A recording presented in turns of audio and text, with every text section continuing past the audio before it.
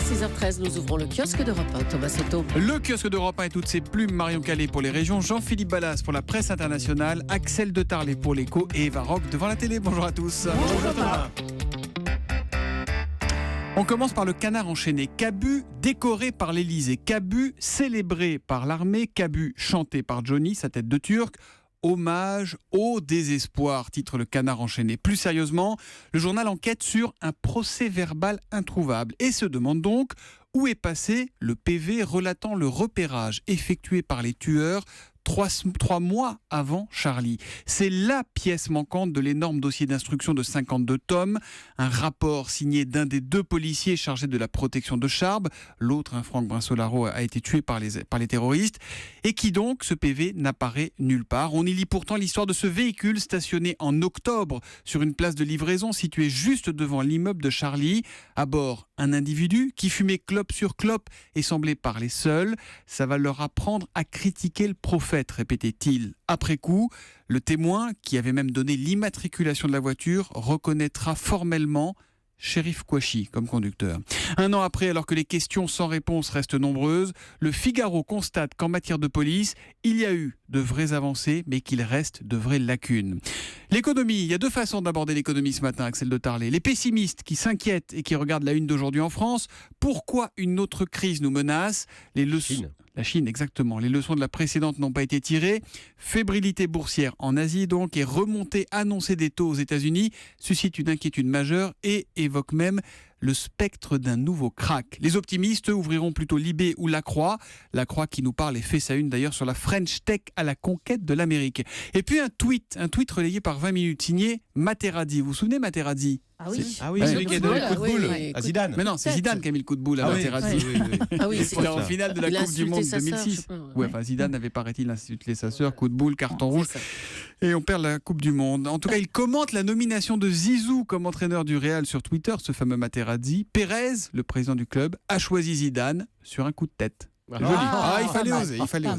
À la une des régions, Marion Calais, quelles sont les unes qui ont attiré votre attention ce matin ? Les soldes côté histoire, pas shopping. Savez-vous à quand ils remontent, les soldes ? Depuis quand ils existent ? Pas du tout.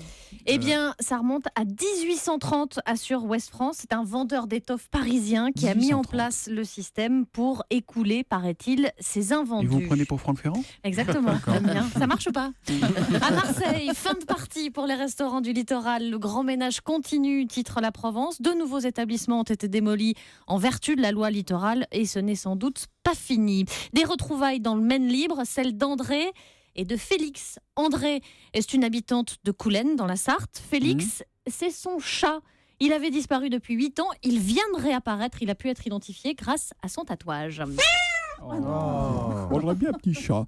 L'histoire du jour, c'est un peu « Il était une fois les maths ». Un conte, oui, grâce auquel on enseigne le calcul. La méthode a été imaginée, raconte le quotidien L'Alsace, par un ancien formateur en mathématiques à l'UFM d'Alsace. Serge Petit a lancé sa fabuleuse histoire des numéras, des rongeurs, habitants de la planète G, située loin, très loin du Soleil.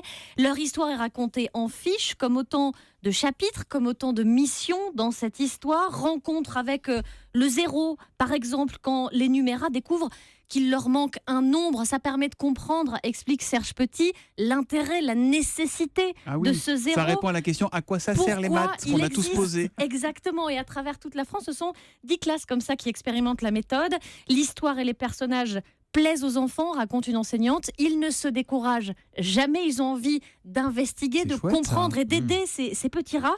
Et la méthode fonctionne, elle assure, puisque les résultats ont progressé. 85% de réussite en maths à la rentrée contre 60 à 65% d'habitude. C'est du Made in France, Made in Alsace. Vous prenez pour Anissé Mbida maintenant. Mais ça s'arrange, Marion Calais. Trouble de la personnalité ce matin.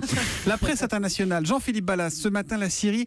Avec une histoire qui, pour une fois, et ça fait du bien, se termine bien. Oui, c'est l'histoire de Rose et Ahmad, un jeune couple qui devait se marier il y a 3 ans. À l'époque, Rose a déjà sa robe, la date de la cérémonie est fixée, mais la guerre va bouleverser la vie des 2 amoureux. Et c'est le site BuzzFeed qui raconte leur séparation, puis leur retrouvaille totalement inespérée. Et le moins qu'on puisse dire, les amis, c'est qu'Ahmad est plutôt du genre tenace. La première fois que cet étudiant en médecine demande Rose en mariage, C'est en 2009 et à l'époque, il se prend une veste. Veux-tu m'épouser ? Non. Non, Rose, elle va souvent en Syrie, mais elle est née, elle a grandi en Grande-Bretagne et les études, c'était ma priorité. C'est ce qu'elle dit à l'époque. Et je ne me voyais pas du tout épouser quelqu'un avec la mentalité de là-bas. 4 ans plus tard, Ahmad rencontre Rose, à nouveau, toujours en Syrie. Et il y retourne, il la redemande en mariage. Et alors elle s'ouvre ? Et cette fois, Rose, joli Thomas. Rose, elle dit oui. Alors fin de l'histoire, non, parce que la guerre va soudain les séparer. Alors Rose se réfugie au Liban, mais Ahmad, lui, il n'arrive jamais à la frontière. Il est détenu, il est torturé dans une prison de Damas. Il n'a plus d'espoir de retrouver Rose. La jeune femme, elle retourne en Grande-Bretagne, folle d'inquiétude évidemment, et elle perd le sommeil. Finalement, le miracle va avoir lieu. Ahmad, le jeune médecin, est libéré. Il va réussir à quitter la Syrie. Et puis enfin, il y a quelques jours, le 1er janvier, Ahmad a enfin retrouvé Rose à l'aéroport d'Ifro. Une photo immortalise l'instant. 3 ans donc après la demande en mariage. Aujourd'hui, Ahmad, il est affaibli, mais il est bien vivant. Rose, elle a toujours sa robe de mariée dans un placard. On espère qu'ils vont pouvoir commencer leur histoire pour de bon. Elle a l'air solide en tout cas, leur histoire déjà. C'est donc à lire dans la presse... sur BuzzFeed, le site. BuzzFeed, voilà. Axel de Tarlet, panne informatique géante chez HSBC en Grande-Bretagne. HSBC, c'est la première banque européenne. Et vous avez lu ça dans le Financial Times. Exactement, des milliers de clients britanniques Parlez anglais, peuvent toujours... oui, je le lis en tous les cas. Ne peuvent toujours pas consulter, ou bien quand je parle anglais, les Anglais reconnaissent que je suis français. Donc des milliers de clients en Grande-Bretagne ne peuvent toujours pas se connecter à leur site, ce qui est assez anxiogène, vous savez. Vous avez en plus des clients qui se sont fait de façon... Intempestive. Merci. D'accord. Retirer 5 livres pour frais de découvert alors qu'ils n'étaient pas à découvert. 5 livres, ça fait 6 €. Lundi, il y avait des problèmes sur l'application mobile et vous le disiez, c'est la première banque européenne, donc ça fait quand même désordre. Et ça pose le problème de la sécurité dans les banques. Vous savez, les banques sont tellement obnubilées par les risques de cyberattaque qu'elles ont mis en place des systèmes informatiques très complexes. Elles se sont blindées. Je peux vous raconter ma vie ? Je suis client HSBC, c'est l'enfer pour se connecter. Il y a des codes provisoires, des codes ceci. Moi, je les perds tous. Exactement. Elles ont mis en place des systèmes informatiques tellement compliqués que c'est l'enfer pour les utilisateurs comme vous. Et en plus, ça finit par bugger parce que trop de complexité, à la fin, plus personne ne comprend plus rien. Et écoutez, ce genre d'incident sape la confiance des utilisateurs. En tous les cas, on s'aperçoit qu'on est très loin de l'univers simpliste et très apaisant. Quand vous achetez sur Apple ou sur Amazon, c'est un clic.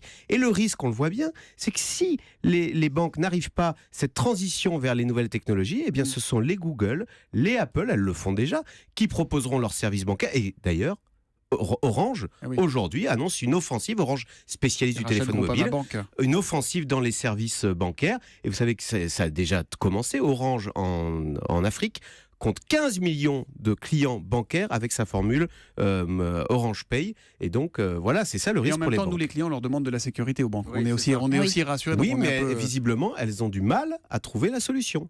Alors que les Apple, etc., y arrivent plus facilement. Et ben voilà, c'est dit. C'est Axel de Tarlet. Il aime bien Apple, Axel, ce matin. David Bowie, l'homme sans visage, sans CENT, ou le fantôme d'Hérouville. C'est sur France 4 à 22h35, Eva Rock. Oui. On l'écoute en entier, on fait plus.